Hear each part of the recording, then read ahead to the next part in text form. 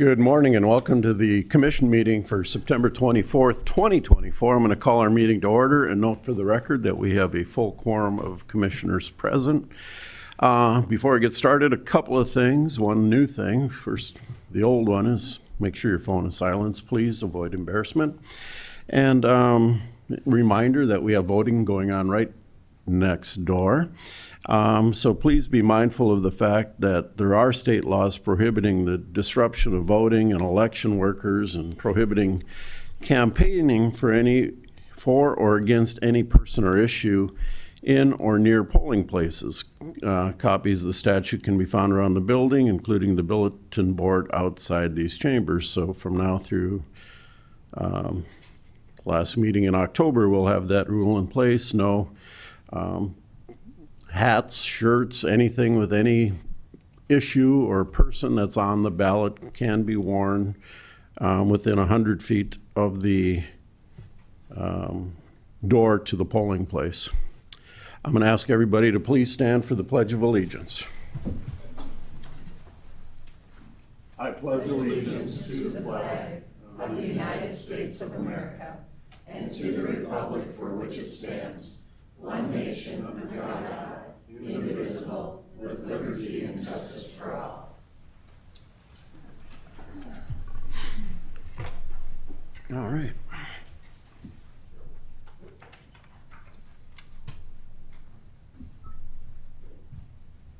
Maggie and Steve, come on up front, please.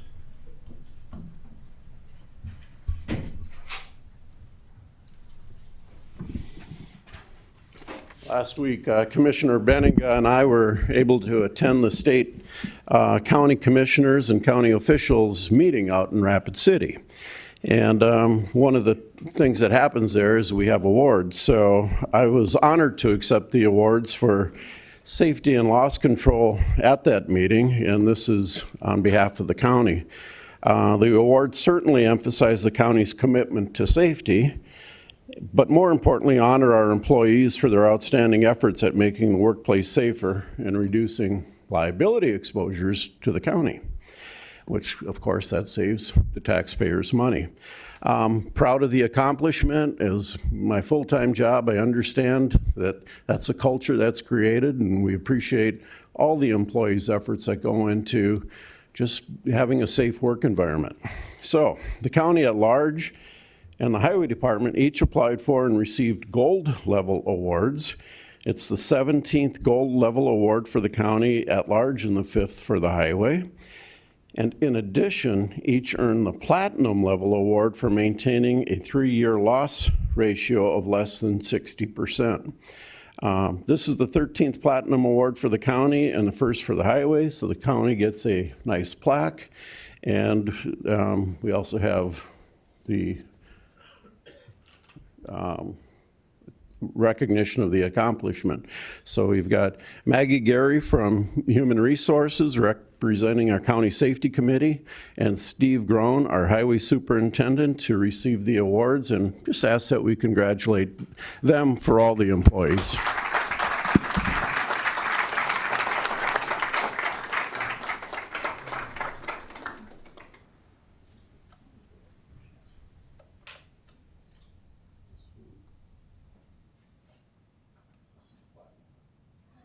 Thank you. You bet.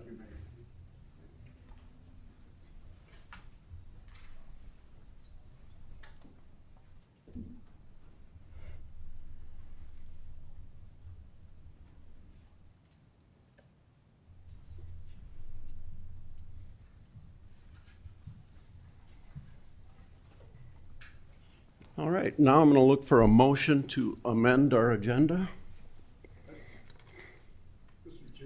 I would like to amend the agenda by moving item 18 to immediately following item 8. Second. We have a motion and a second to amend our agenda. All those in favor say aye. Aye. Opposed, same sign. Motion carries. Now I'm going to look for a motion to approve our amended agenda. So moved.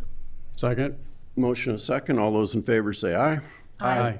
Opposed, same sign. All right, moving on to our consent agenda. Is there anyone from the public that would like to comment on our consent agenda? Our consent agenda is routine personnel actions, routine bills that we pay, that type of thing, all that's noted and available for public scrutiny if necessary. Anybody here would like to comment on any item on the consent agenda? Any commissioner want to remove any item or comment on any item on the consent agenda? Then I would look for a motion to approve our consent agenda. So moved. Second? We have a motion and a second. All those, no, roll call vote, please. Kipley. Aye. Blindberg. Aye. Bender. Aye. Benega. Aye. Karski. Aye, motion carries. Moving on now to our regular business, we have a public hearing and second reading on rezoning request 2401 from the R1 Residential District to the C Commercial District on the property legally described as Lot 2, Hatley addition to the Town of Lyons in Section 17, T103 North, R50 West. Good morning, Kevin. Good morning, I'm Kevin Hookman from the County Planning Department. Yes, this is rezoning request number 2401, as you described. It will rezone approximately 1.27 acres from the R1 residential to C commercial district. The property is located on the north side of Lyons, and it contains the former Lyons School building on the property. It is adjacent to existing commercial zone property to the east of the site, and other property around it as residential zone land to the south and west, and agricultural to the north. The Planning Commission heard this item twice. First, it was heard on May 20th, 2024. At this meeting, several neighbors attended the meeting and brought up concerns about the condition of the property. The Planning Commission voted 5-0 to defer action to allow some time to bring the property a little bit nicer condition. On August 26th, the deferred hearing date, the Planning Commission unanimously recommended denial of the request when no progress was apparent to remove abandoned items. And we'll scroll down to the PowerPoint here. So there's a description of the PowerPoint. This is the location here. The landowner did go through a process of replatting the property to kind of clean up the property lines and to remove a vacated, or an alley right here. They vacated the alley and got that cleaned up. So now there's just two lots next to each other. So this is, I have a few property pictures from the April site visit and then later into August. So you could see kind of the changes or lack thereof through the property there. And then this is what it would look like in August. And there's the April photo. August. April. August. And then a photo of the road. The road has been a topic of discussion for the property. The road has not been maintained for some time, either by the township or anybody else for that matter. So you can see that it's kind of a dirt path, so to speak, along with some volunteer trees and stuff growing in it. So if the property was to be rezoned, something would have to be done with the road, and the petitioner will have to work with the township to determine how to move forward with updating that road to a better standard, to a township standard. I'll bring this back to the overview map.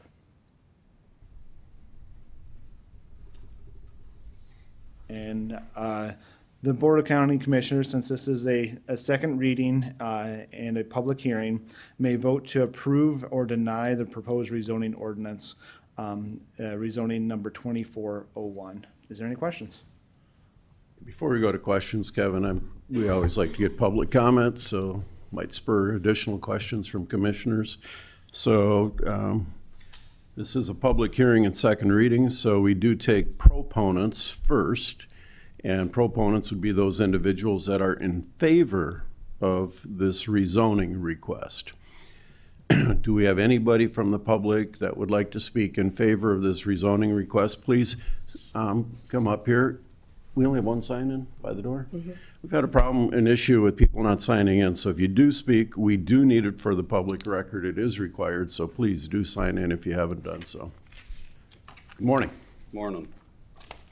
I am with Pivot Companies. I'm the real estate broker handling this transaction. Current property owner is What's your name, sir? Canton. Mike Canton, thank you. Current property owner is a cancer survivor, mid-70s, unable to take care of the property anymore. So this is kind of our last hurdle to get this property sold. It's been for sale for probably 5-6 years at this point. Finally have somebody interested in purchasing it. Their last contingency is going to be rezoning this to commercial. They are aware that it needs cleaned up. They're aware that they need to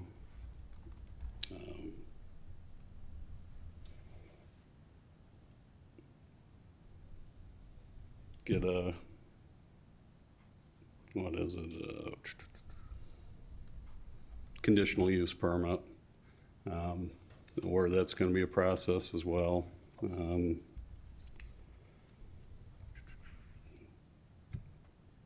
Really, that's about it for me. So if I'm understanding you, you represent the seller, Both parties in this. seller and the buyer, and the contingencies to the sale of the property are two: one, rezoned to commercial, and two, you'll then have to apply for a conditional use permit for the intended use of the property. The condition for us to follow through with the purchase is going to be that it's zoned commercial, but we are aware that it needs to be cleaned up and it's going to take a conditional use permit before it's able to be used as a business. Okay, so the CUP is not required as a contingency for the sale, just the rezone. Correct. Okay. And yet, Commissioner Bender? So I'm confused. Are you related to the owner? I am not. Okay. Hatton and Hatley, I think, or the, Yeah, I just, when I was reading the minutes, I was under the impression that you were the property owner's son. I am not the property owner's son. There seems to be a lot of confusion on this. Okay. I've heard that, I think one other issue in the rezoning hearing was, there's no septic system or something on the property. When we had the property resurveyed, we made sure that we included the septic system on this lot. It seems to me the town would prefer to raise the building and turn it into another vacant lot, which is another building that's not taxable, which I believe the county probably needs the money for. Raising the building's probably $200,000-300,000. Lot vacant is what? Lyons County, $10,000 lot if you're lucky. So it's usable property, it needs work, and both parties are aware, so. okay. Any other questions for Mr. Hatton? Any other proponents, those wishing to testify in favor of this rezoning request? Any opponents to the rezoning request? Please come forward, state your name and address the Good commission. morning. My name is Shane Freiholtz. I live at 329 4th Street out in Lyons, also on property at 318 5th Street, and my son just purchased a property adjacent to another property that's problematic in Lyons just last week. I'm also a member of the Lyons Township Board, a supervisor on that board. So I come to you from that aspect today. Kevin mentioned that, you know, this was the second time that this property has been up for you know, planning and zoning hearing. That's the second time this, you know, they've heard it twice this year. We've been dealing with this back in 2017. I could pull up pictures, and you guys could pull up your previous agenda packets from planning and zoning and that as well. and see that there has been very, very, very minimal cleanup at this property. We've been dealing with this for, like I say, 6, 7, 8 years. It is a drain on the township. It's a drain on the county resources, your guys' time, people of the community coming down here and taking time away from work and their families to come down here and address these things multiple time and time again with planning and zoning, and then as well as the commission. I don't want to go through all that. You guys have all the packet and you see all the notes, and if you want to go back and read through it, I don't believe that rezoning a property is going to change the past behavior or create better behavior for a problem landowner. You know, Mr. Karski, you sat on this, you know, years ago. I know you remember this case.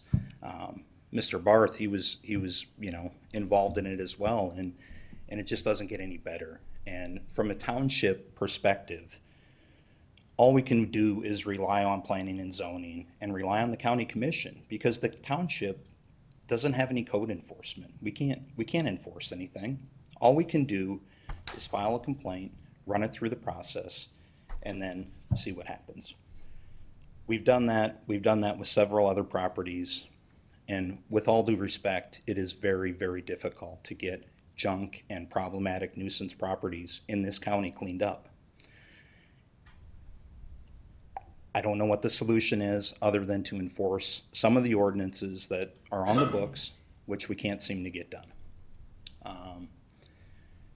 Rezoning of this property is not an issue. Nobody in the community would have a problem if it was rezoned. It's just everybody is aware of what's going to happen if that gets rezoned to commercial 1. There is going to be more junk brought in. There is going to be other uses that can happen without a conditional use permit. So we're basically just, you know, we're trying to improve the community, and it seems like we struggle and continue to go backwards. And, you know, it is a nice community and can be a good community. It can generate revenue for the county. There have been people that wanted to build new houses in the town that don't want to because of the current state of it. You know, I have some pictures that I could show you from, you know, 12 hours ago, 18 hours ago, if you'd like to see them, of the current state of the property. I'd be happy to share them with you.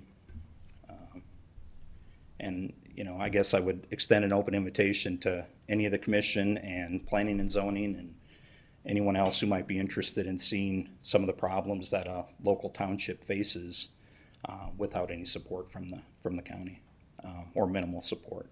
So I guess I'll leave it at that unless you have any questions for me. So. Questions?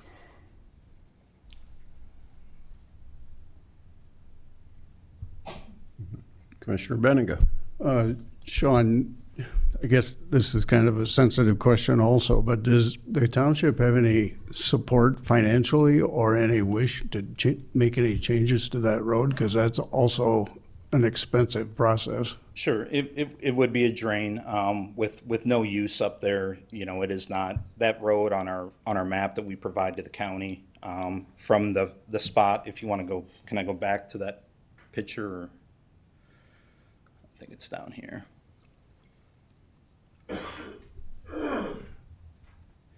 If you go at this picture, the township maintains basically up to this line, and then there's approximately 100 feet where it goes into Mr. and Mrs. Bundy's property here. So we currently maintain this part, and on the map that we provide to the county, we have that designated as, you know, gravel drive that's maintained. You know, this next section essentially would represent another, you know, whatever that is, 300 yards or something until it goes back onto the next consecutive property. And at that point, it would turn into private property. Would we have an issue, you know, graveling that and maintaining it? Not at all. I mean, that's our responsibility. We would find a way to make that work. It just, with no travel, no use, and essentially, you know, it's, you know, it was designated as just an earth and gravel type road. Thank you. You're welcome. All right. Any other opponents to this rezoning request? Thank you. Thank you, sir. Please.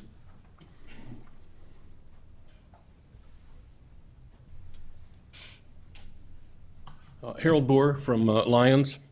And like Shane said, we've been at this for 5+ years. And the message from the Planning and Zoning Commission's always been the same: clean it up and come back and see us. And in that 5+ years, there's been no good faith effort to make a significant improvement of the appearance of that place. Like he said, we try to maintain Lyons as a really nice, neat community. We've got a really nice park that's maintained by volunteers. We're trying to keep it that way. The buildings in question have been vacant for over 40 years, so there's virtually no chance of them ever being renovated to a usable condition. There's been complaints registered in the past about the condition, that it's a nuisance and stuff, and virtually nothing happens. We all know that once junk is in place on a property, it's virtually difficult, if not impossible, to get it removed and cleaned up. And we all know that it's easier to prevent something than it is to clean it up afterwards. And that's my message. I would really appreciate that we don't make it any worse than it currently is, so. Mr. Boer, stand by. Commissioner Bender. So one of the things that I'm a little confused about or puzzled about is that it seems like the petitioner's argument is we have to rezone so I could sell, then there'll be a new owner, and that will be better for the community. What I'm hearing from the opponents, maybe this is my assumption, that you don't really think the property will sell, you just think it will get rezoned? It may sell if it's rezoned. I don't know about that. I don't know the relationship between the buyer and the owner. I do know from personal experience, I've sold and bought several parcels of property, houses, buildings, different things like that. And it's not uncommon to have an issue with the property, whether it needs a roof patch or a leak fixed or something like that done to the property. And it's not uncommon for that as a condition of the sale. And we've had it where the real estate agent took care of those issues and then deducted the cost of that issue from the proceeds going to the seller. That could easily be done here. If he really wanted to, he could have someone clean the whole property up, make the sale, and deduct his cost to have it cleaned up. He's been over 5 years to have that done, and has not made that effort either, so. Okay, thank you. I guess my questions are along the same lines. I'm wondering how preventing the sale of the property would help improve the conditions that are out there. I don't know if it would improve the condition, but I don't think it would make it any worse. I got a photo here, if I could. Meredith, can you put that up for him? I'm sorry. Ah, thank you.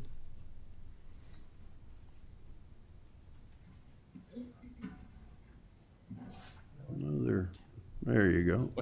Okay.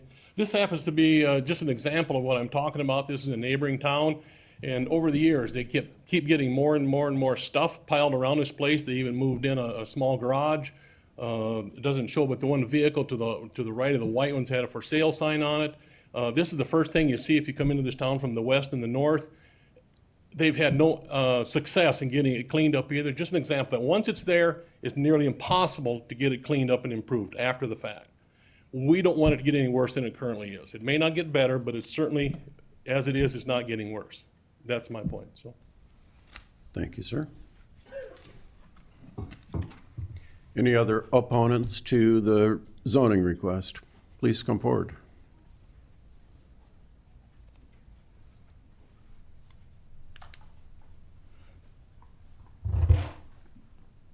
Deb Bundy, 302 First Street, Lyons. We are the farm just across the road from it.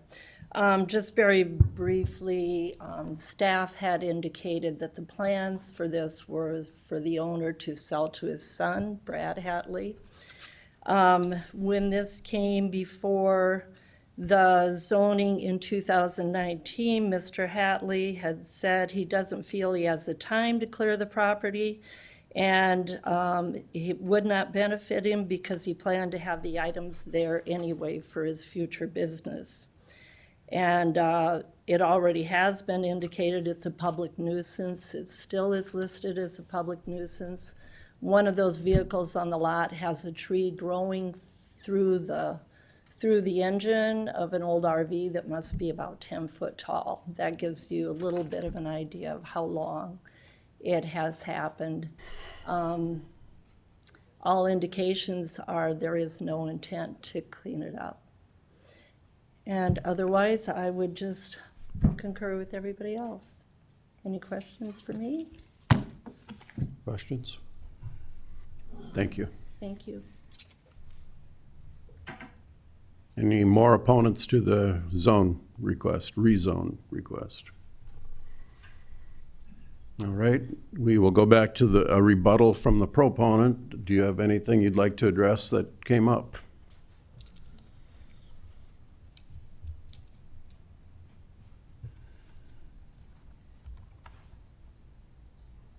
I guess the biggest thing I have to say is, they say that there's been zero effort made to clean things up. I personally donated, I think, 2 weeks, plus my skid loader, dump trailers. It's been significant improvement just to get it to where I could get it sold. To me, they want to make a 75-year-old cancer patient that can't maintain the property, keep the property, and expect things to change when we have a buyer that wants to use the property and will get it cleaned up. So I would assume we don't get it rezoned, we don't get it sold. Guy's probably gonna keep making his property tax payments. Probably not gonna clean anything up. At some point, county's probably gonna send somebody out to go clean it up, and then it's gonna be the taxpayers' dollars doing it. The property's not worth anything. It'll end up going up for tax auction. Last time it sold, it was $10,000. I don't understand why, as a township, they're against getting it cleaned up, other than the fact that the few offers I've had besides this were members in the township offering them the $10,000 because that's what they paid for it when they bought it. So at the end of the day, it's gonna end up costing the taxpayers $50,000, $60,000, $100,000. Commissioner Bender?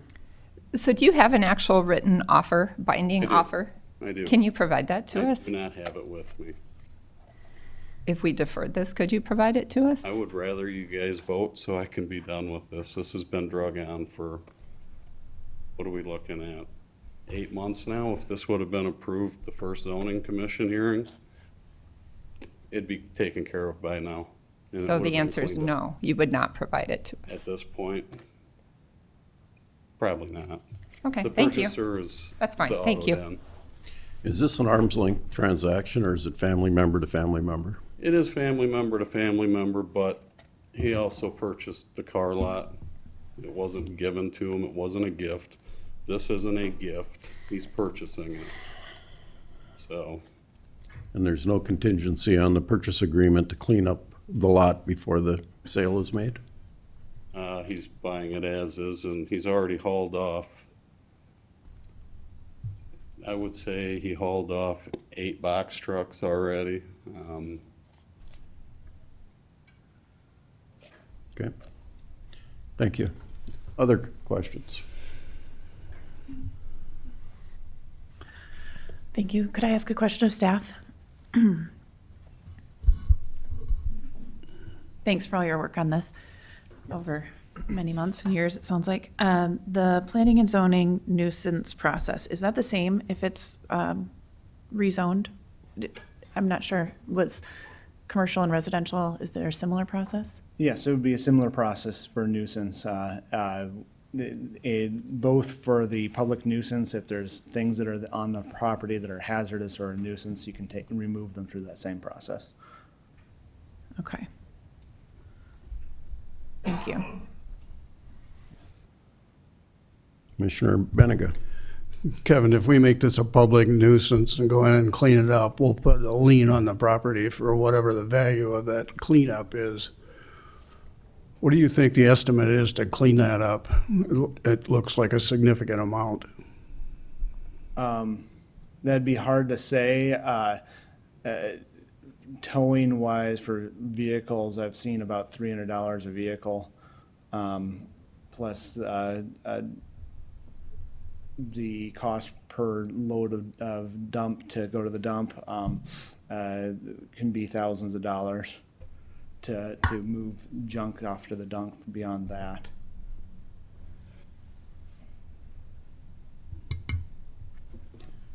Any other comments? I have a comment. I'm not convinced that rezoning this is going to result in the cleanup of the property. I had somewhat hopeful when we started, but the fact that it's not an arm's length transaction, we're just passing it from one family member to the other. I mean, I have sympathy for the current owner.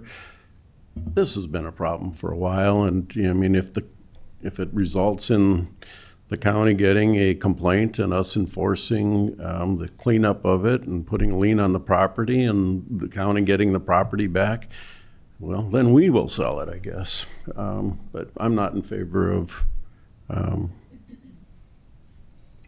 rezoning request. I'll take other comments or commission action. Mr. Chair, I would just kind of echo those sentiments from hearing this twice at the planning commission level. We deferred it once, trying to see some good faith action, just some sense that it was headed in some new direction. To deny it is basically to ratify the status quo. It's not going to get better from that action, but I'm sympathetic with the township concerns and some of the neighbors that maybe their effort really is just to prevent it from getting worse. So we are kind of just ratifying the status quo, but I would maintain my same position from hearing it at the planning commission level of denying this rezone. We have a motion to deny the rezone request. That's my motion. I'll second that. A second. Other comment? Call the roll. Bender, Aye. Benega, Aye. Kipley, Aye. Bleinberg, Aye. Karski. Aye. So in that confusing role of government, yes means no. We will not be rezoning this property. Moving on now to consider a motion to adopt the fiscal year 2025 budget for Minnehaha County. Susan Beeman. Good morning, Susan.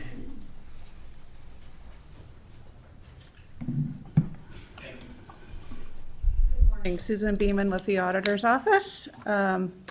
We have been talking about budget for off and on for about 4 months now.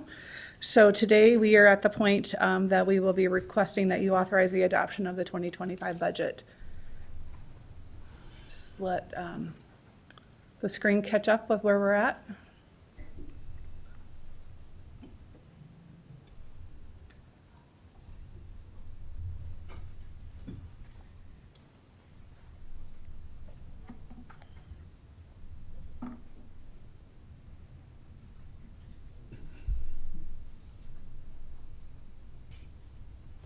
A few pages before that, Jake. Actually, it's right after that, actually. Right there. And I'll drive if that's all right. Okay. So our total budget, excluding interfund transfers, is just over $130 million. Just to remind you, we are not levying any additional opt-out dollars for the fiscal year 2025 budget. Our total cash applied for all funds is about $9.9 million. The majority of that is our general fund cash applied, which is at a rate of 10.65%. Just to remind everyone, we did have 12 new positions approved. 9 of those are related to public safety. As part of what we have in this packet, I just wanted to go through a couple of the documents. This is the official means of finance that the state requires. It's similar to the versions you have seen in prior presentations. No changes from the September 10th presentation that I did. The format is a little different. You'll see that there's details by department, and it has it across all funds. So I'll just pause briefly here to see if you have any questions on this means of finance. This top section is the expenditures, and then as you get down into the first page, which I scrolled through, is the revenue piece of the means of finance. So I'll just pause there to see if anyone has any questions. Questions on the means of finance? Thank you, Susan. Okay. And then the next page that you'll see in your packet is the levy sheet. You'll see the levy by fund. The County levies for services, meaning the general fund, the building fund, and the bond redemption fund total 2.97. The other funds are fire protection and the library fund. So this will be something that we will also publish. We have to send these to the state for final approval. So after you adopt this budget, we will move forward with sending this to the state. And then the next page here is just a graph that you saw last week as well, or 2 weeks ago as well, just showing the historical levies for the county service levies for the general fund, building fund, and bond redemption fund. So you can see that decline in the levy. So even though revenues may increase, the levy is going down, and that has to do with market value changes. So I'll just pause there to see if you have any questions. Commissioner Bender? So sometimes I think that we use words and then we forget that people don't use those words in their day-to-day language, and they might not, really understand. But to me, this is, from a taxpayer standpoint, as a taxpayer, this is where the rubber meets the road. This shows how much money I'm going to have to send to the county, correct? Correct. The levy is taken against, as part of a formula, against the assessed value of your property, of all the various properties within the county. The thing that some people forget, because the bill comes from Minnehaha County, we don't get to retain all of the property taxes that we collect. The county service levies are roughly 21% of a total tax bill. The other components are predominantly schools, make up usually over 50%, and then obviously there's municipal levies as well as township levies, depending upon where your property is at. So this levy does translate and factor into each taxpayer's property tax bill, correct?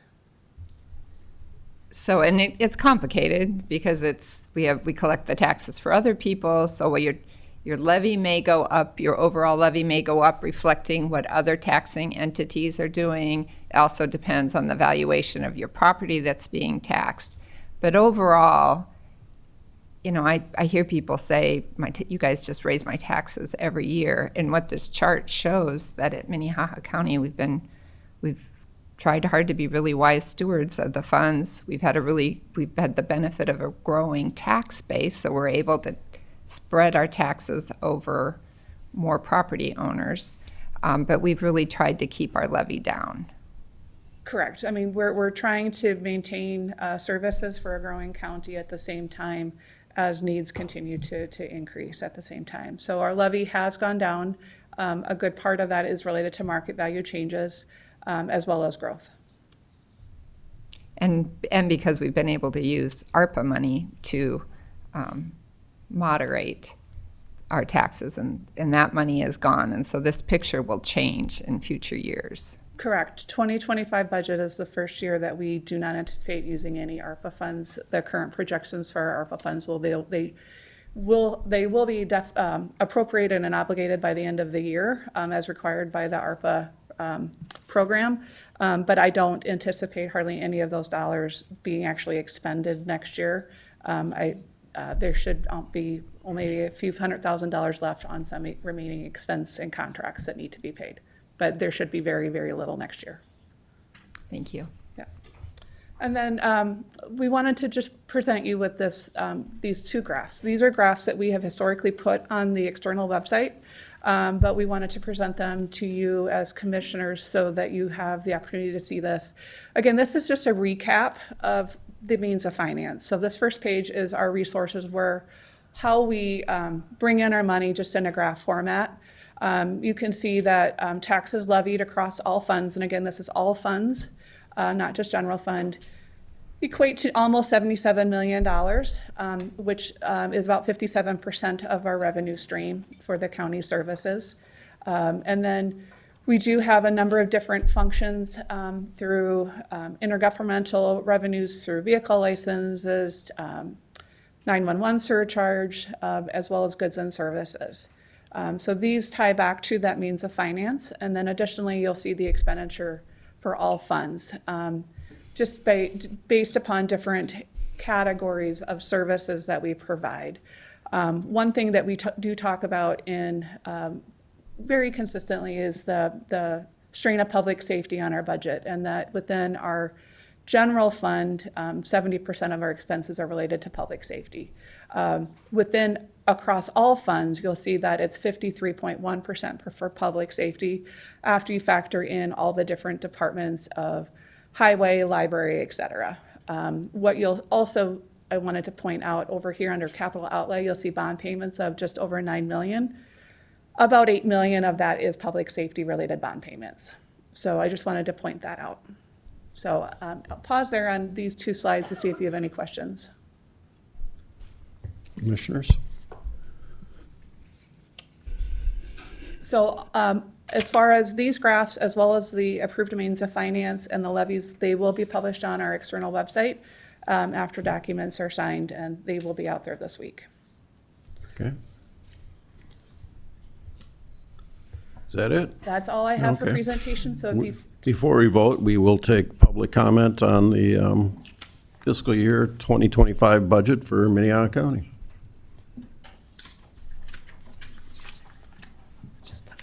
grab this stuff. Gary Meyer, Minnehaha County. Commissioner Bender said it perfectly. This budget represents what I will owe the county in taxes.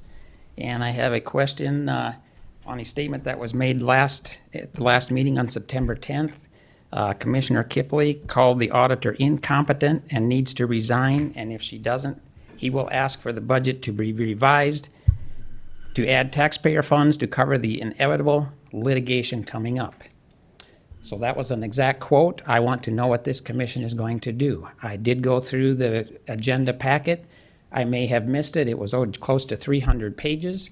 So if I missed it, I apologize, but I want to know, he made a specific request that taxpayer funds would be added to the budget. Was it added? Is it going to be added? Is there going to be discussion? Any other A public comment. comments? This is a question. We don't take questions. You We take answered other public- questions from people that were up here. Mr. Meyer, we take public comment. We don't take questions. Okay? Thank you. I'm the public. I pay You've taxes on got this. 2 minutes to stand there Commissioner- if you would like to, sir. Okay, then I will, because Commissioner Alrighty. Kipley made a direct quote that he is going to I add understand, taxpayer sir, but I'm funds. telling you, we don't take questions. We Well, take comment. I want to know if Mr. Kipley is going to do this. Is he going to make a request, and you're going to approve the budget today? Is he going to make The a budget request is next right week? there in front of you, sir. I know, and I looked at it, and I did not see it in there, but Mr. Well, there's your Kipley answer. said there's inevitable You have your answer, litigation sir. coming up. So is that a false statement? Are you saying that just because Kelloland News was here and you wanted to smear the auditor? That's what it sounds like to me. So are you going to ask for funds to be added? Mr. Meyer, you're out of order. There is no funds in there for this. You have your answer. Sit down. So his statement was bluff. That is disgusting. Any other public comment on this agenda item?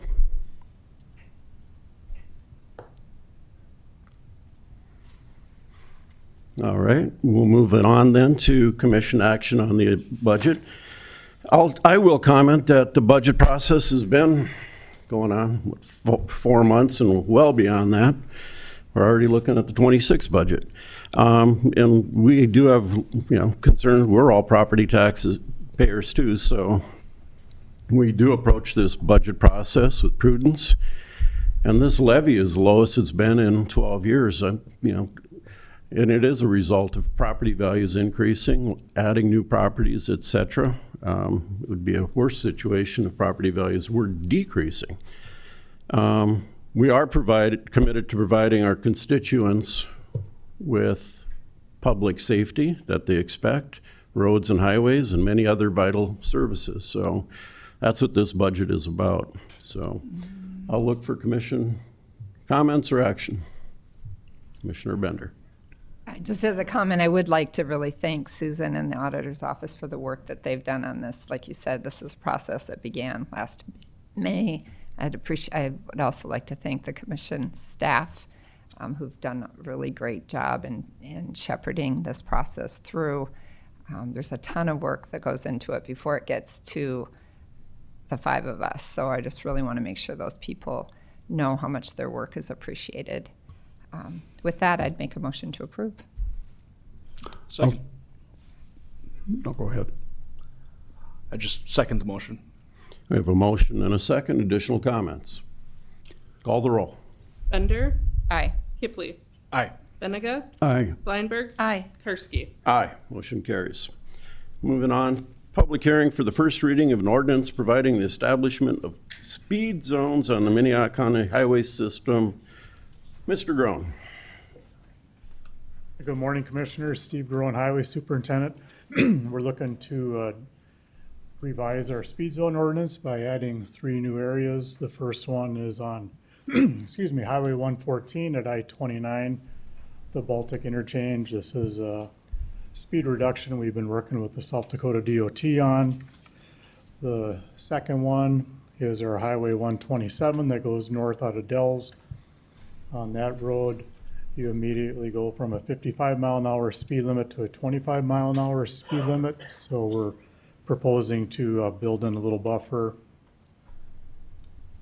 to reduce the speed before you get down to the 25-mile-an-hour change. The third one is out on Highway 118 in front of the Tri-Valley School. This is something we were working with the school administration on with the new additions out there. And for sight distance, we're coming in out of the new parking lots. We did do a speed study out here, worked with the sheriff's department, and figured 45 miles an hour is an appropriate speed there. So we're looking for your permission to enact the new ordinance. All right, we'll take public comment on this agenda item. Anybody here like to address the commission about the speed zones that are proposed?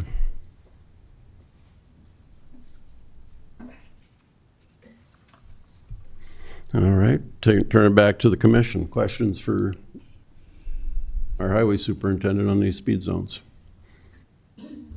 Commissioner Blindberg. Thank you. Can you tell me a little bit about the process of how we come to this point?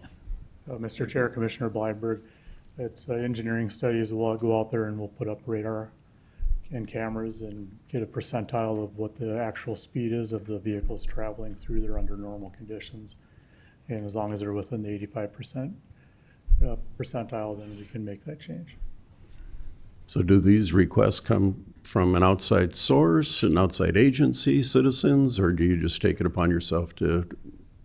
Commissioner Karski, they can come from anyone. We get residents that complain about speeding vehicles. We'll look at it. As you know, we've had a request from a business out west of the landfill, and we take each location case by case and see if it's warranted or not. Commissioner Benega. I'll just make a comment. You got a really ugly start at the beginning of the year with all the flooding that we had. You guys and your department worked extremely hard and long for many weeks to get that accomplished and returned back to normal, whatever normal was. Are you pretty much comfortable right now with where you're at and getting all of those adjustments and rebuilds done? Mr. Chair, Commissioner Benega, we have, as of last week, we have completed all of our permanent repairs from flooding damage and are in the process of submitting final invoices to the state and to the federal government. And we're a little behind on our scheduled construction plan in-house, but we're going to be in good shape by the end of the year. The weather the last 2 months has been ideal for getting caught up on our projects. Well, thank you and your staff for an amazing job. One more Commissioner question. Blindberg. Thank you. What can you tell me about enforcement of these speed limit changes? What is that? I'm sure there's communication with the sheriff's office. Mr. Chair, Commissioner Blindberg, yes, we do work closely with the sheriff's department, and when the signs are up, we will let them know, and quite often they'll take their radar trailers out there also for additional support. We also put orange flags on the new signs when we put up the new speed limit signs. Thank you. All right, commission action. Make a motion to approve? Second. Motion and a second. Further discussion? All those in favor of approval, say aye. Aye. Opposed, same sign. Motion carries 4-0. Commissioner Kipley had to excuse himself for work commitments, so he will not be in for the rest of the meeting.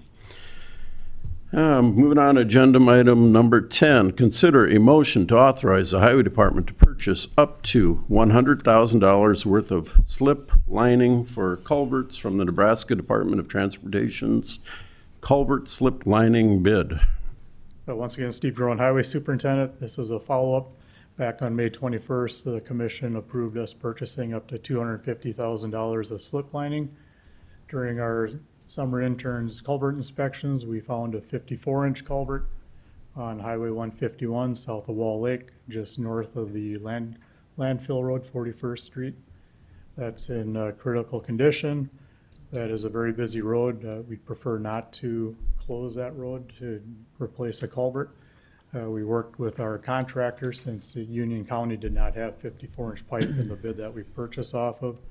We identified a state bid from the Nebraska DOT, and our contractors agreed to furnish this work under the Nebraska state contract. We're looking for your permission to authorize us to proceed with this work. All right, public comment on this agenda item. Turn to the commission for action, discussion. Would make a motion to approve. Second? Motion and a second, please call the roll. Benega. Aye. Blindberg. Aye. Bender. Aye. Karski. Aye, motion carries. Consider a motion to declare listed equipment as surplus and authorize disposal by online auction through Purple Wave. Once again, Steve Groen, Highway Superintendent. This is surplusing and eventually selling equipment that has been replaced. The first item listed, the Ford F-550, the replacement unit is in process of being built at Henderson at this time. All other units have been delivered to us, so we're looking for your permission to sell them and recoup the proceeds. Public comment on this agenda item. Commission discussion or action? Mr. Chair? Commissioner Blindberg. Thank you.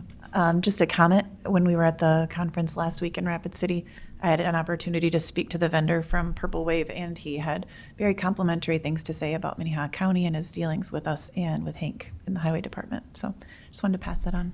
Thank you. Steve, is this motion put the money back into the highway fund right away, or will that require a second action? Mr. Chair, on the very bottom, it says to, thought I saw in here.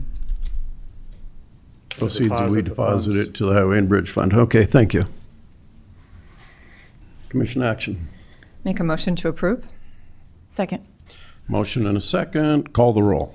Bender. Aye. Blindberg. Aye. Benega. Aye. Karski. Aye. Motion carries. Consider a motion to authorize the Highway Department to purchase 2 tandem axle trucks using the Minnesota state contract in the amount of $266,042. Once again, Steve Groen, Highway Superintendent. This is to purchase 2 Freightliner chassis so we can start the process of building 2 additional snowplows for replacements. The way the supply chain's been working, odds are we won't see these for a year and a half. It takes about 6 to 8 months to get the chassis, another 6 to 8 months to get the plow built once we get the chassis. All right, public comment on this agenda item? Not yet. All right, no public comment, commission action or questions? Steve, so this is part of the 2025 budget that we just approved, or is this your 2024 money? Mr. Chair, Commissioner Bender, this is our 2024 money. We were waiting for the bid of the state contract to open for us to place the orders. Okay, thank you. Mr. Chair? Commissioner Blindberg. Thank you. You mentioned that it might take a year and a half or so for us to get just this frame, and then the other stuff comes second. Is that correct? So, Mr. Chair, Commissioner Blindberg, no, total of about a year and a half to get the Oh, completed total, okay. units back. So I know it's a complicated system to maintain such a large fleet and keep all of our roads clear for us through the winter and things like that. I was surprised that we had 80,000 miles on the one that would be surplused down the road. Can you explain why and how that's important to maintaining our fleet? Chair, Commissioner Blindberg, we try to keep them on 11-year rotation. That seems to be the ideal both for resale. Plus also we do run a lot of salt, as you know, out of our vehicles, and even though these two were our first 2 units with the stainless dump bodies, they still have steel frames, steel superstructure, and there gets to be a lot of rust issues. We're hoping, being in our new facility with the truck wash, that should help extend the life of some of our vehicles, but you still have old hydraulic systems, old electronics, and we try to keep that 11-year rotation. We've had really good luck doing that with minimum breakdowns. Thank you. Look for a motion. Make a motion to approve? A second? Motion and a second. All those in favor say aye. Aye. Opposed, same sign. Motion carries. Consider a motion to authorize the auditor to post notice of a public hearing for the 2024 JAG spending plan to be held on October 15th during the regularly scheduled commission meeting. Good morning, Captain. Good morning, Commissioners. Joe Bosman, Minnehaha County Sheriff's Office. This morning I have a couple agenda items in front of you. The first one is a request for the Auditor's Office to post notice of a public hearing to be held here in the Commission chambers during our regularly scheduled meeting on October 15th. This is in part of our annual Edward Byrne Justice Assistance Grant, also known as the JAG grant, that we are partnering with the City of Sioux Falls for each year, where the City of Sioux Falls is the financial recipient of these federal funds based on crime statistics, and we are a partner to receive a certain percentage outlined in our 65-35 split for those funds. The requirement of the JAG grant does require us to have a public hearing to go over the budget spending plan of the projects anticipated with the funding for this. And so with this request, we can have the Auditor's Office post the notice that we're going to hold that public hearing on October 15th. All right. Public comment on this agenda item. All right. Commission action. I would make a motion to post the public hearing notice. Second? Motion and a second for the public hearing to be held on October 15th, 2024. All those in favor say aye. Aye. Opposed, same sign. Motion carries. Consider a motion to authorize the chair to sign the interlocal agreement between Minnehaha County and the City of Sioux Falls for the 2024 JAG program. Must be related. It is. This is Alrighty. exactly it. So as mentioned before, this is a partnership between Minnehaha County and the City of Sioux Falls, with Sioux Falls being the applicant and fiscal responsible agent for this grant. The interlocal agreement is a document that outlines the responsibilities, the disbursements of funds, all that nice legal stuff that kind of just outlines who's doing what for this program. The interlocal agreement is a requirement for this project, especially when you have two agencies that are sharing one pot of money. It just keeps everything nice and clean and everybody on the right track. So with this request today, we would sign our portion of the interlocal agreement with the City of Sioux Falls for the Byrne JAG grant, and then it would go off to the city for their signature on their side. Public comment on this item. Commission action. Make a motion to approve? Second. Motion is second. Further discussion? Call the roll. Bender. Aye. Weinberg. Aye. Benega. Aye. Kursky. Aye. Motion carries. Thank you. Consider a motion to approve and authorize the chair to sign assignment agreements between Minnehaha County and the South Dakota Office of Attorney General to receive and maintain fingerprint scanning machines. Morning, Warden. Good morning, Mike Mattson, Warden of the Minnehaha County Jail. As you stated on the memo, this is two agreements with the South Dakota Attorney General's Office. DCI basically applied for a grant to get us new fingerprint scanning machines, one portable, one stationary, to replace two that we have. And our stipulation on the agreement is that after the first year, when the warranty is up, we will have a maintenance agreement with MofoTrack, the manufacturer of these machines, which that's normally budgeted on. These are replacing two machines that are existing that already have service agreements, so we'll actually save a little money in the 25 budget, because as the machines get older, the cost of the warranty or maintenance agreement gets higher, so we're getting back to step one where it's a little less expensive for those maintenance agreements starting in 2025. Public comment on this agenda item. Commission action. Make a motion to approve. I'll second. Further discussion? Call the roll. Benega. Aye. Blindberg. Aye. Bender. Aye. Karski. Aye. Motion carries. Moving on, authorize the chair to sign the 2025 LEMPG sub-recipient agreement between Minnehaha County and the South Dakota Office of Emergency Management. Good morning, Jason. Jason Gearman, Minnehaha County Emergency Manager.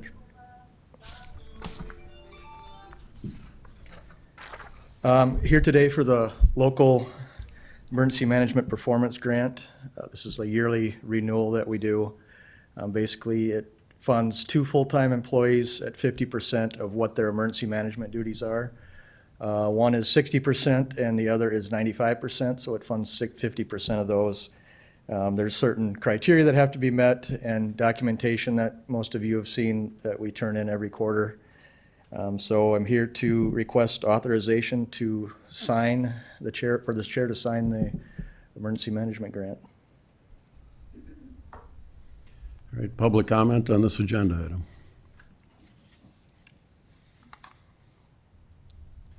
Commission action. I'll make a motion to approve. Second. Motion and a second. Call the roll. Bender. Aye. Blindberg. Aye. Benega. Aye. Karski. Aye, motion carries. Briefing on the Minnehaha County Briefing on the Minnehaha County fiscal year 2023 audit. Mr. Schaefer from the South Dakota Department of Legislative Audit. Good morning, sir. Good morning. Like I said, my name is Jeff Schaefer with Department of Legislative Audit. We've just completed the fiscal and compliance audit for FY23. The audit report's in its final form, and each of you has been provided a management letter that summarizes the results of the audit findings that we had that were important enough to bring to your attention. But if you look through that listing on the second page, there wasn't anything on there that we needed to talk to you about, but so this is kind of a formality. There were other items that we spoke with the appropriate personnel, postage adjustments, so on and so forth, but there were no findings of any material nature to bring to your attention. We'll be issuing an unmodified audit opinion, and at this point in time, next week or so, you should be getting your audit report. Any questions that you may have for me? Before we go to questions, we always do public comment. Anybody from the public like to comment on the audit, the state audit? Commission.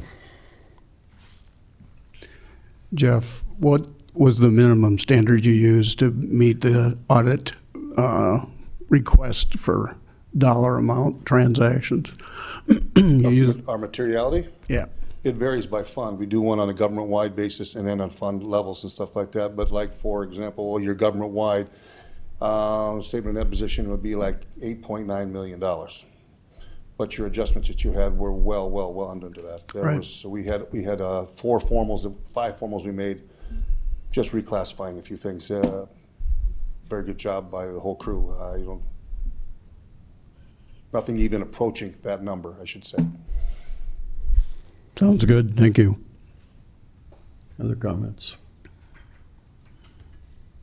I guess the only thing I would have to say is last week at the state convention, Rod Fortin from your office did a very interesting briefing on legislative audits, and it's required because we get state funding, so hence the audit. But the audit really is a reflection on all the department heads and their diligence and the proper accounting. And this audit shows that what we say we have is accounted for. That's basically. Yep. And audits are not forensic in this case to look for abnormalities and that type of thing. Is that a fair statement? The forensic is the buzzword everybody likes to use. When something's a mess, it turns into forensic because you got to sort through this. But that never rose to that occasion at any point in time. So we've done this for years and years. I think it's my 35th one here. And so it's been the standard, which you guys have set a long time ago, and it's been fine, so. So, thank you. Commission action. Is there action? This is just a briefing. Oh, well, you're right. Good job, thank you. Consider a motion to reschedule the November 5th, 2024 Building Committee and Commission meetings to November 12th, 2024. Good morning, Meredith. Morning, Commissioners. I'm requesting that we reschedule the November 5th Building Committee and Commission meeting to November 12th, as well as the December 24th Commission meeting to December 31st.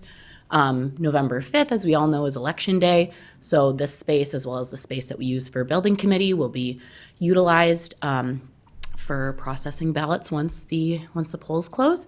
So rescheduling the commission meeting to the 12th is recommended.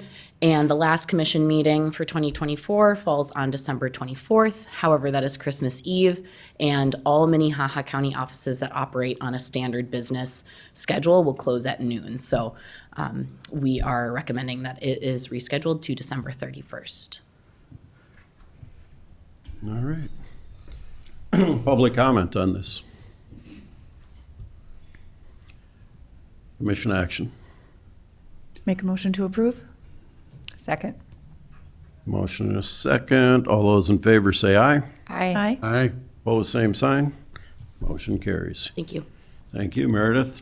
Approve a motion to declare asset 0520 law library books as surplus and authorize disposal as printed text pursuant to South Dakota Codified Law 6-13-1.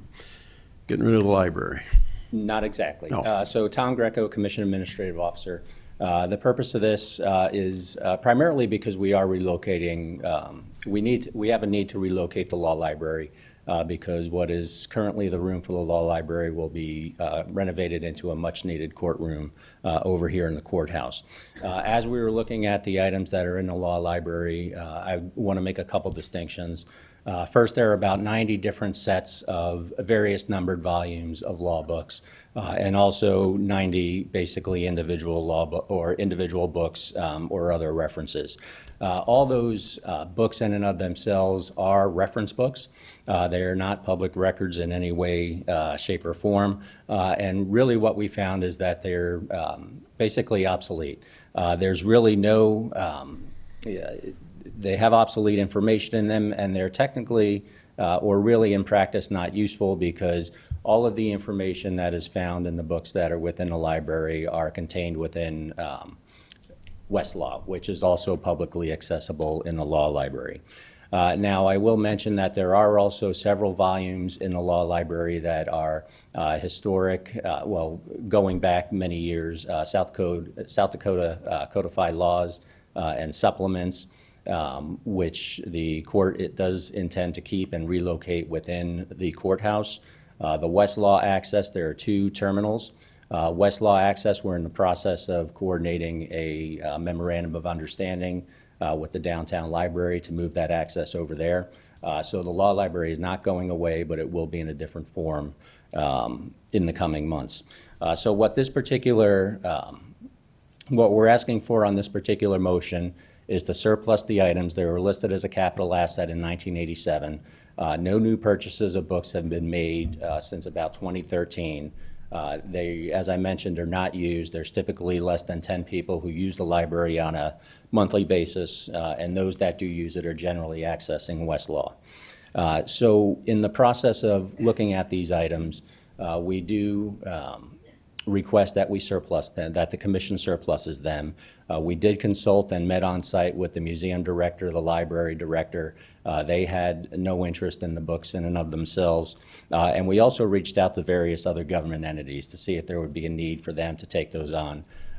For example, the other circuits, departments within the county, legal departments. We contacted the law library, the Supreme Court, and there were no takers with regard to any of the books that are in there. And I do want to again emphasize that all these books are accessible through Westlaw. So the books don't have any historic value. Some do date back quite some time, but again, we consulted with the museum director. We did reach out to several online booksellers, resellers who kind of specialize in law books. And coincidentally, on Friday, we got an email back from one of them who may have interest in at least one of the sets. So that's good news, and we'll continue to try and reach out to folks and see if there is an interest. So what this action does today is it surpluses the items and essentially takes them off the surplus listing, and they are then treated as printed text. And per statute, that's 6-13-1. Managing disposal of printed text does not require governing body action. So we'll still continue to seek perhaps a seller, perhaps somebody to transfer the books to, or they could be recycled or junked. I do want to just make it clear that given the lack of interest that there has been in these volumes, they will most likely be recycled or landfilled. So I just want to make that clear. So I would, again, urge your approval of this motion. Thank you, Tom. Public comment on this agenda item. Commission? Make a motion to approve. A second? Motion and a second. Please call the roll. Blindberg. Aye. Bender. Aye. Benega. Aye. Karski. Aye. Motion carries. All right, we are down to a briefing on proposed amendments to Section 15.14, parking to the Minnehaha County Employee Handbook. All right, Tom Greco, Commission Administrative Officer again. This is just a briefing, no action today. I'll come back at the next meeting, unless, of course, there are recommended changes. But I think the easiest way to explain these changes, which in my opinion are minor, are to provide an overview of the map. What spurred this is the fact that parking lot C here was recently renovated. It looks great. However, we did lose a few parking spots there, so that it compelled us to take a look at basically where folks are parking. So ultimately what this particular proposed amendment does is a few things. Number one, it converts Lot C, which is just north of the Public Defender's office. It's adjacent to it. It takes Lot C and makes it permit only. So presently it's public and permit. It would restrict it just to permit parking. That means employee parking. But I do want to point out that within the surrounding areas around on 4th Street and down on Main Street, there are about 100 public parking spots, which, like our lots, are limited to 2 hours. There's also metered parking here along Dakota Avenue. And again, there's no change to Lot B, which is public-only parking over here. So again, the first change, converting this to permit-only parking. The other change is really just making practice follow the policy. The practice has been to allow red and blue permit holders, employees, to park in this small lot behind the courthouse. These are typically folks that get to work super early and are walking in the dark, so just keeping them closer to their workplace as a matter of safety. So again, converting that from into a red or blue permit parking along with public parking permissible. The other change that we're making, which is minor, is just changing Lot I for simplicity's sake into permit for any color permit parking. For any employee that has any color permit, they could park in Lot I. And the primary reason for this is because for overflow folks here who have a green permit, they would be able to park here in Lot I if absolutely necessary. We did clarify some other procedures within the policy, just in terms of receiving a temporary permit by employees. For that process, we just stipulate that they bring some medical paperwork to Human Resources, and then Human Resources will direct the Commission office whether to approve or provide a temporary permit. Beyond that, those are the changes that are included in this, and subject to any questions, that's all I have. So again, no action. Until? Next week. Next week, okay. Public comment on this agenda item. All right, so this is a briefing. I have one quick question, Tom. Next week is fine.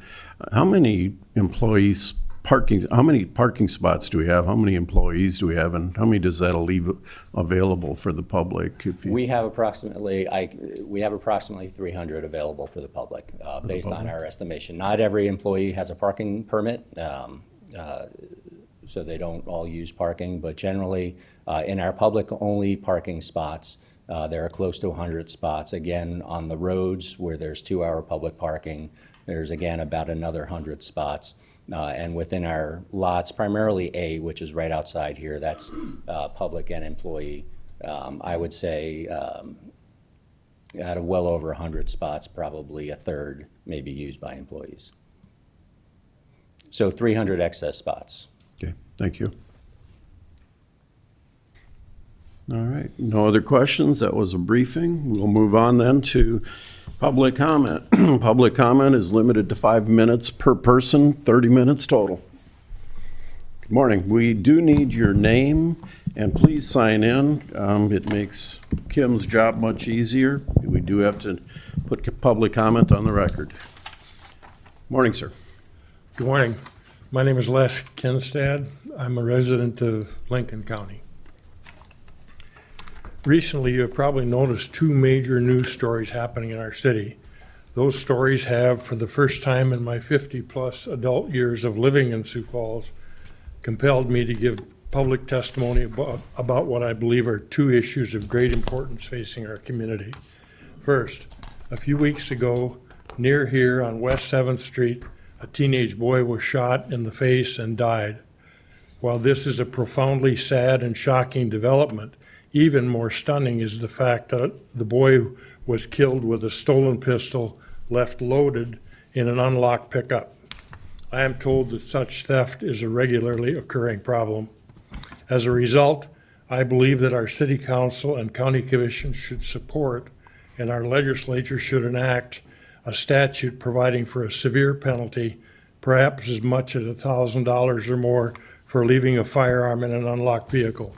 Hopefully, such a step can help prevent future tragic and unneeded loss of life. Secondly, as you may have seen, the City Council has recently pledged $2.8 million toward the acquisition, clearing, and redevelopment of the Mercado building on West 12th or West 11th Street. That project will construct new office space for Southeastern Behavioral Health, as well as 58 units of affordable housing. While the demolition of the Mercado is a huge step in the right direction, I believe we can and should take this large step further.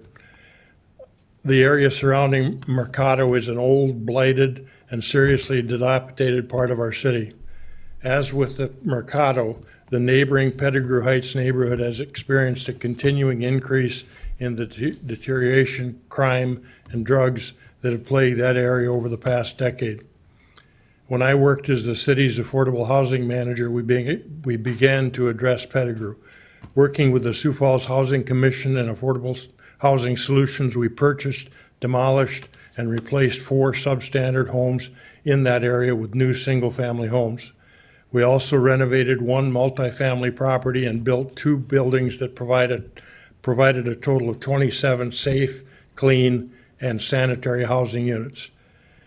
However, that effort, while a good start, was too small in scale to make a significant dent in this huge problem.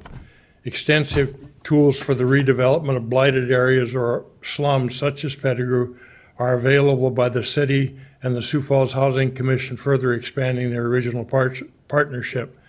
South Dakota statutes provide to local housing commissions working in full cooperation and coordination with the city and county a wide range of powerful redevelopment tools that were intended by the legislature to address situations such as Pettigrew. Not only is such activity by the Housing Commission possible, desirable, and a great jump start to the area, but such clearing of slum property will provide a commodity that is hard to find.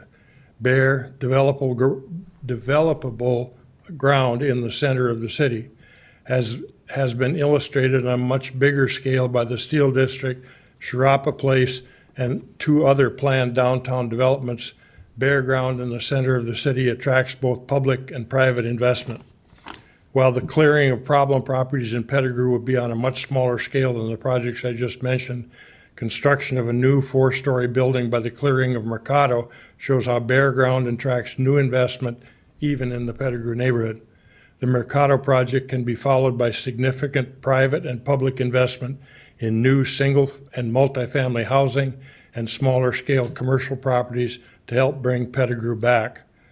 Going forward, you will have addressed a problem that was seen as a dangerous area and something that was a net drag on the community. The program will unlock bare ground that has strong development potential and provide an opportunity to start to turn Pettigrew around. Thank you for your time and consideration, and I'd be happy to respond to any questions that you might have. Thank you, Les. Thank you. Good morning. My name is Jean Childs. I live in Lincoln County. We need to work together to save our constitutional republic. This is why we, the people, elected Leah Anderson as county auditor.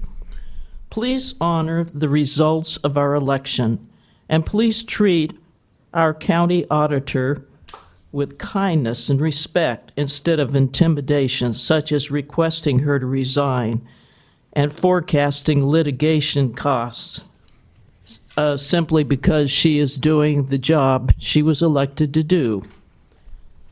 Please get rid of the ES&S tabulators and the company that runs them, and you will save the taxpayers a lot of money. Thank you for your time.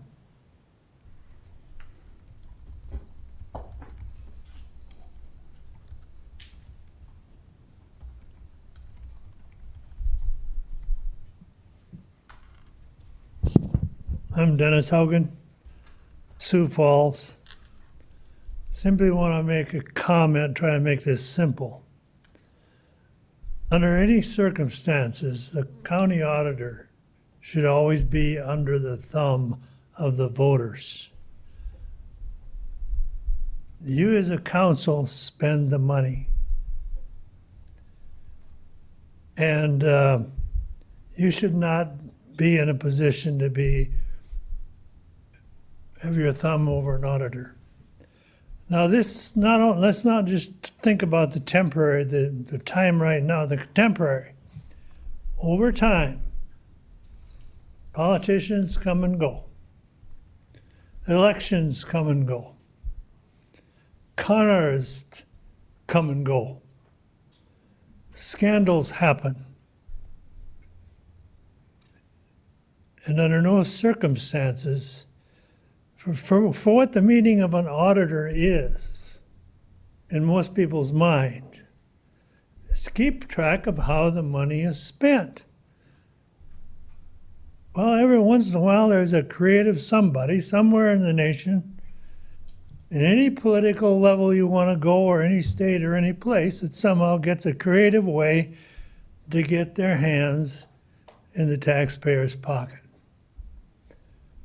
And I've been hearing this a little bit of crabby talk over the nose, and it's a little bit disgusting. And like the lady before me said, respect the county auditor. Respect the county auditor.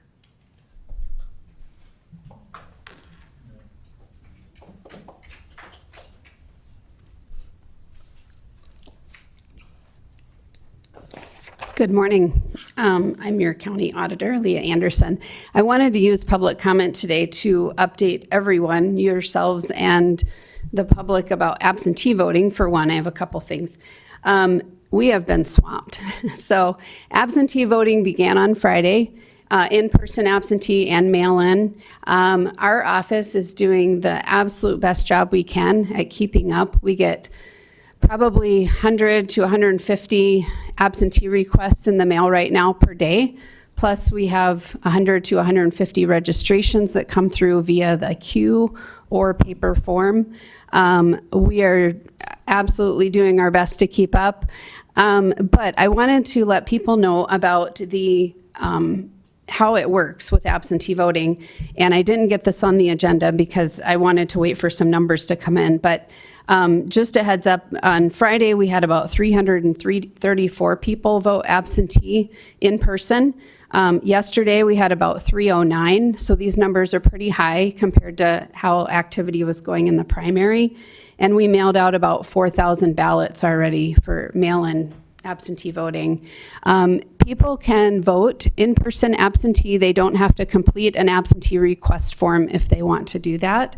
They would just show up. up here in our office on third floor from Monday through Friday from 8 to 5. So that's a simple way for a person to absentee vote.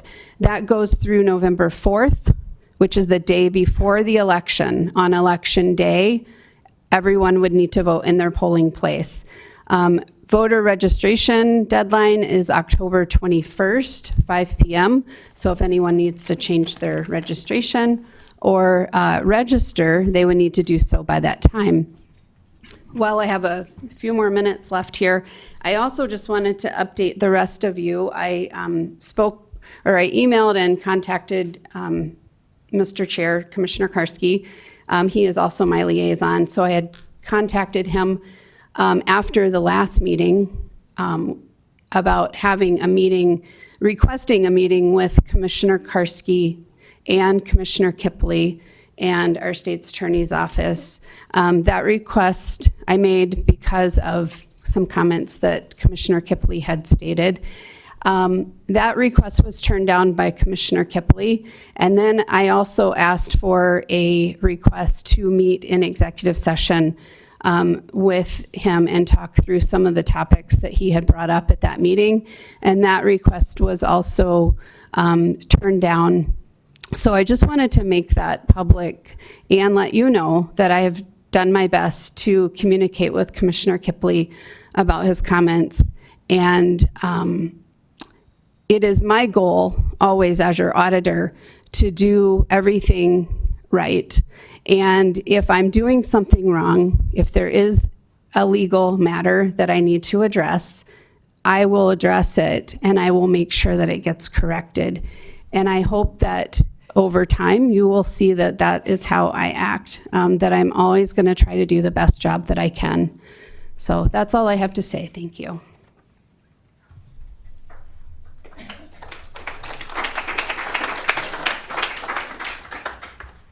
Anybody else for public comment?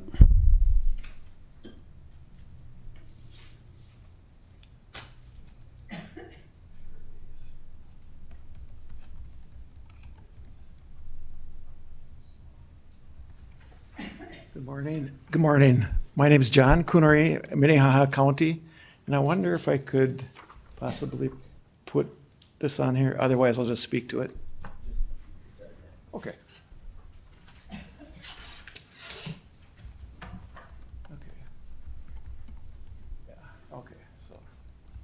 Oh boy, well, all right. So this is what, so I'd like to speak just a little bit today about results of some summer canvassing.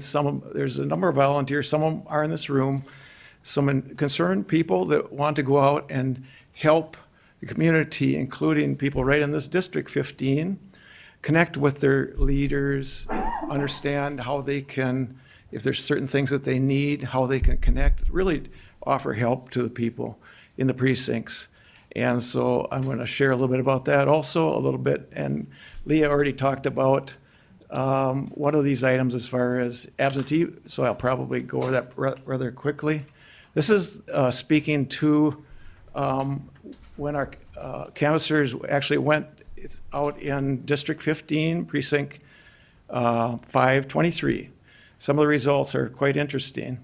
And it's difficult on Saturdays to get a hold of people. They knocked on 1,266 doors. They were able to make contacts with people in 255. And then between that, about 53% of the people were determined that they actually live there. And the people that they talked to in 45% of the cases confirmed that those people do not live there. They may not have known who they are, or they might have moved away 10 years ago. And they did also identify 3 people that are deceased. I appreciate you doing that for me. And this speaks a little bit to that. I'm not going to go into all. On the right side here, the dark, this really speaks to going through analysis because, I'll back up just a little bit. In my years in business, I was a software engineer for several large corporations for about 30 years. And so part of my job was really finding issues, what is the root cause of them, in data, finding out Many times there's more than one thing where there's a root cause of a problem, and then how do we go about solving that? And one of the things we find out in looking through District 15, and this is not this district alone, but out of 23,000 voters who are registered, there are almost 7,200 that on their registration, they say they live at, not their mailing address, but they live at a mail forwarding commercial address. And we know that that's not possible. But there's also over 500 people who claim to live in a hotel. And we actually went out and talked to 14 different hotels in this district, managers on duty, and we only found one who actually lives there, and that's an owner up on North Cliff. Otherwise, they were very frank with us, and they said people come in for a short time. They get a proof that they stayed here for X amount of days. They go over to the DMV, and they get their ID, their driver's license. They get registered to vote, and then they go back. This is their words that they told us. They go back to where they really live, in different states, wherever. And so I want people to be aware of that. You're doing very good at this. Thank you. Yeah. I'm not going to focus too much on this because this just shows the trend between absentee and in-person. This is not about a candidate, but there's significant demographic differences, and our contention is that many of these absentee ballots are by people who do not live in South Dakota. They do not have a connection here, except they've come here and gone through that particular scenario that I just mentioned. Thank you. And then early voting, Leah spoke to that, so I'm not going to go through this. However, again, out of the 4,500, there was actually 1,780 that, again, said that they live at personal mailbox. We did get some visibility, though, because these, some of these people use their forwarding address now, their mailing address, as their actual. Maybe they got tired of paying for public or personal mailbox. And so we see. Mr. Canary, I'm going to have to ask you to summarize, please. Yeah. So we are concerned about non-residents voting in this state, and that we anyone that would like to talk to me about that, you can contact me at johncoonery.com. I have a contact page. Appreciate your time. Thank you for. Thank you, sir. Yep.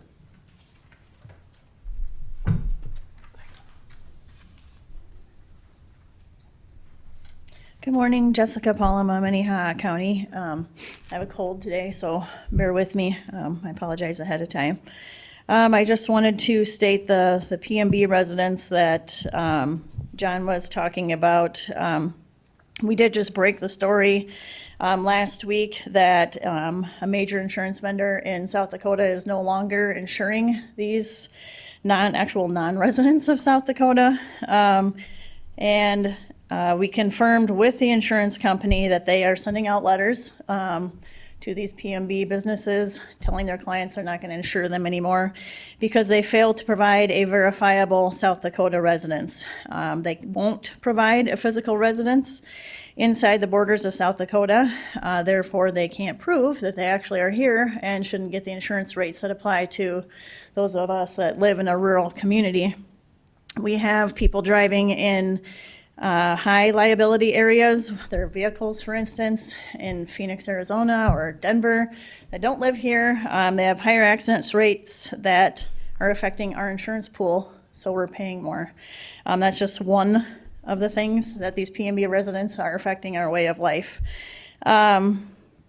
Nationally, write this name down. Let's see if I can find it back. There is a chief police deputy in Tennessee, Assistant Chief Sean Taylor of the Millersville, Tennessee Police Department, put some videos out. He was investigating a money laundering, health insurance fraud, fictitious mortgages, human trafficking, and election fraud ring, and they identified as a transnational ring with money coming in from other countries that are paying off local officials. In Tennessee, it goes all the way up to the top, but it also goes all the way down to the bottom. And he said that there isn't a single county in the country that isn't affected by this scheme. And he alluded to county officials being bribed and paid off in order to further their agenda, cover things up. And, you know, we don't know what's going on in South Dakota, but we know there's something going on, because the more pushback there is on securing our elections, the more we know there's something wrong. Innocent people don't act guilty. All right, the story was also broke in Arizona. The same thing, the Sinaloa cartel is using bribes and money laundering to pay off elected officials to do their bidding in the government. The more caustic and vile Mr. Kipley becomes, the more we suspect something's going on. We know the things that are going on in the background. We have contacts all over the place. You can't hide stuff from us anymore. And you guys can collude all you want to take out Leah. You're going to have to answer to all of this, and we can round up a lot more people than this. These are the people that could come today, and they're all here because they're appalled at the behavior on this commission. Mr. Benninga, I'm pretty sure I just overheard you in the hallway joking with the law enforcement officers, asking if you could borrow their gun. And they said, "Oh, I just have a stun gun." I know what I heard. I was sitting right by the door. The more appalling your behavior becomes, the more we know something is going on. You guys work for us. You're spending our money. We saw all the money of our money that you guys are spending. So, I mean, the more appalling your behavior becomes, the more we suspect you of doing something wrong. Because innocent people don't act guilty.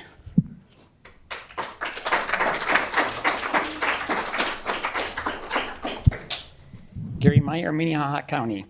At the tail end of the September 3rd commission meeting, Commissioner Kipley demanded that an agenda item be added to the next meeting for the auditor to give an update on the matter that she claimed there were over 24,000 missing ballots. First off, where does it say that you are all the auditor's boss? Second, I thought it took 2 commissioners to add something to the agenda. Who was the second commissioner to demand that the auditor report to you? Third, his statement that she claimed there were missing votes was a false statement. Her report stated that the audit logs were 24,000 plus out of balance with the Secretary of State's totals. Most of the evidence that could have answered that discrepancy was locked up and could not be used to clear up the matter, something you all could have released years ago but still refused to do. So Leah did as requested and provided an update. During that update, Commissioner Kipley decided to go off script and eventually accused her of breaking the law, of being a criminal. So per your request, as your updated rules of procedures, it states that you all operate as a whole on commission matters. If we have a grievance, we are to address you all. As such, I am doing just that. As Joe was making his accusations and calling for her resignation and accusing her of lying and saying her demeanor was useful idiocy for election conspiracy grifters, that's an exact quote, stating that Leah is not credible, a walking lawsuit, the rest of you sat there in silence, including you, Eric. So I take it that the rest of you are in agreement with Commissioner Kipley. Commissioner Bender, you were absent, but do you agree with the accusations that were made and Leah needs to resign? Jen, you were here but never spoke a word. Is this your feeling as well? Commissioner Benninga, I think it's safe to say that you're in agreement by your past interactions with Leah. You once called her incompetent. And how about you, Mr. Chair? After all, you co-sponsored the Home Rule Charter with Mr. Kipley that would have essentially thrown the auditor out of office against the voters' wishes. You also sat there and allowed these accusations and defamation continue, and yet you told me I was out of order this morning for asking a question. You never called him out of order. The concern raised on September 3rd could have easily been handled by a request with the auditor in a private meeting to get an update on any new developments before adding it to the agenda. But instead, Joe decided to get his 15 minutes of fame and his mugshot on the local news and present it in a public setting and using words that accuse the auditor of lying before even giving her a chance to provide an update. Plus, he uses his position to cast doubt on the success of the upcoming election if the auditor doesn't resign, because he said the auditor is not credible and does not follow the rules, which he has never divulged what that means. Some would argue that is election interference, as he is trying to persuade public opinion that our elections are run by a felon. Plus, Joe stated he had proof in the form of emails. He never provided them. So he was withholding evidence from Leah before putting her on the stand in front of the public. Then, the September 10th commission meeting, which was the last one, Mr. Kipley goes so far as to call her incompetent and needs to resign, and if she doesn't, he will ask for the budget to be revised to add taxpayer funds to cover the inevitable litigation, which you all refuse to address, and calling me out of order for asking. He did this all while providing no proof of any laws that were being broken, and you provided no proof of any laws that were being broken. She asked. She was up here and told you that. So what about you, Mr. District State's Attorney Eric? Have you not been working directly with Leah to provide guidance and making sure Leah is working within the confines of the law? You too sat there silent while these accusations were being made, in public, on camera, with the biased news media taking notes, smelling blood. If Leah had not broken any laws, don't you think it would have been pertinent for you to speak up and defend her? Instead, you sat there dead silent. Commissioner Kipley stated that as an elected official, he needed to make hard decisions. I might remind you that Leah is also an elected official and is making hard decisions. And in fact, she got more votes than he did in the 2022 election. It is plain, and now listen to this, it is plain as day that you have a commissioner that is trying to wield his power to get rid of a political opponent. How many people in here agree with that? And the silence from the rest of you makes you just as guilty. So you either all need to resign or there needs to be disciplinary action against Commissioner Kipley's antics.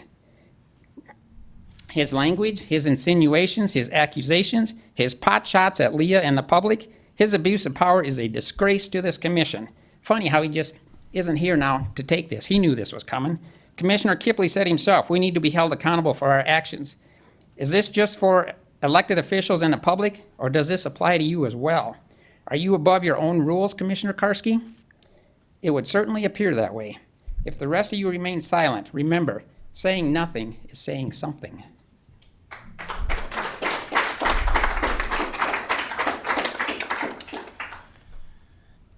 Good morning, Cindy Meyer, Minnehaha County.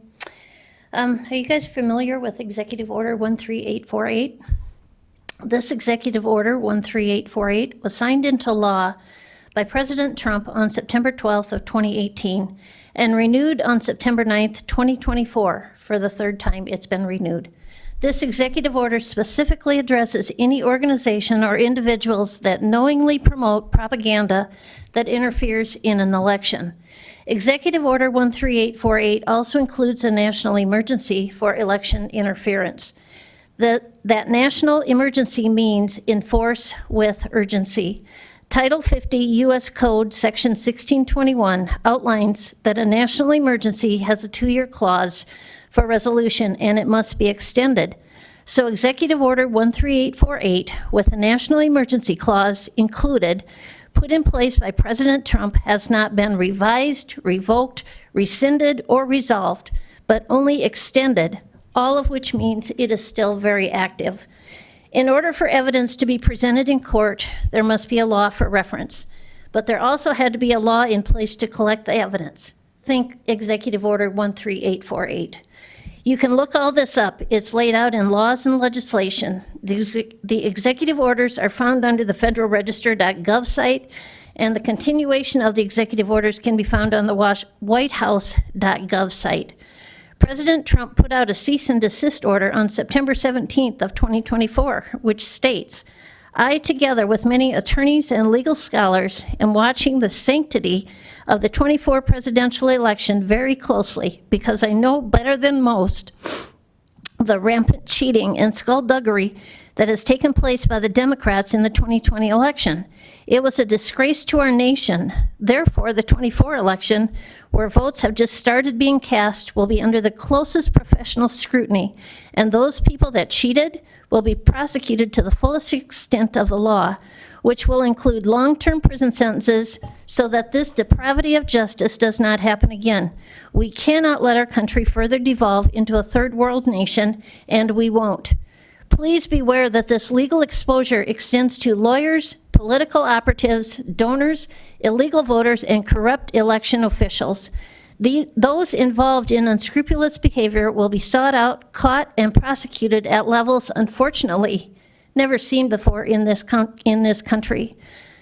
So I bring all this information up because the words spoken by one of the commissioners at the September 10th meeting, those words being that a certain commissioner is requesting the Minnehaha County Auditor to resign her position for numerous reasons, but mostly because she is unfit for the office. This statement by the commissioner has caused some folks to resign from their poll worker assignments. I believe this could be viewed as election interference, because this commissioner has raised doubt in the public's eye regarding the auditor's ability to conduct a fair election. Again, Executive Order 13848 specifically addresses any organization or individuals that knowingly promote propaganda that interferes in an election. Is that what we witnessed during the September 10th meeting? And not one of the commissioners or the state's attorney said anything in rebuttal. After our 3 years of beating our drum on election integrity, we may never see a resolution to our efforts. But in the end, the finale of Executive Order 13848 will be when all the evidence will be shown for election interference. For all elections at all levels of government, all around the world, and all those involved in unscrupulous behavior will be sought out, caught, and prosecuted at levels unfortunately never seen in our country before. And just in conclusion, I would like to remind you that this county has been sued 3 times, but Leah hasn't been sued once in regards to elections.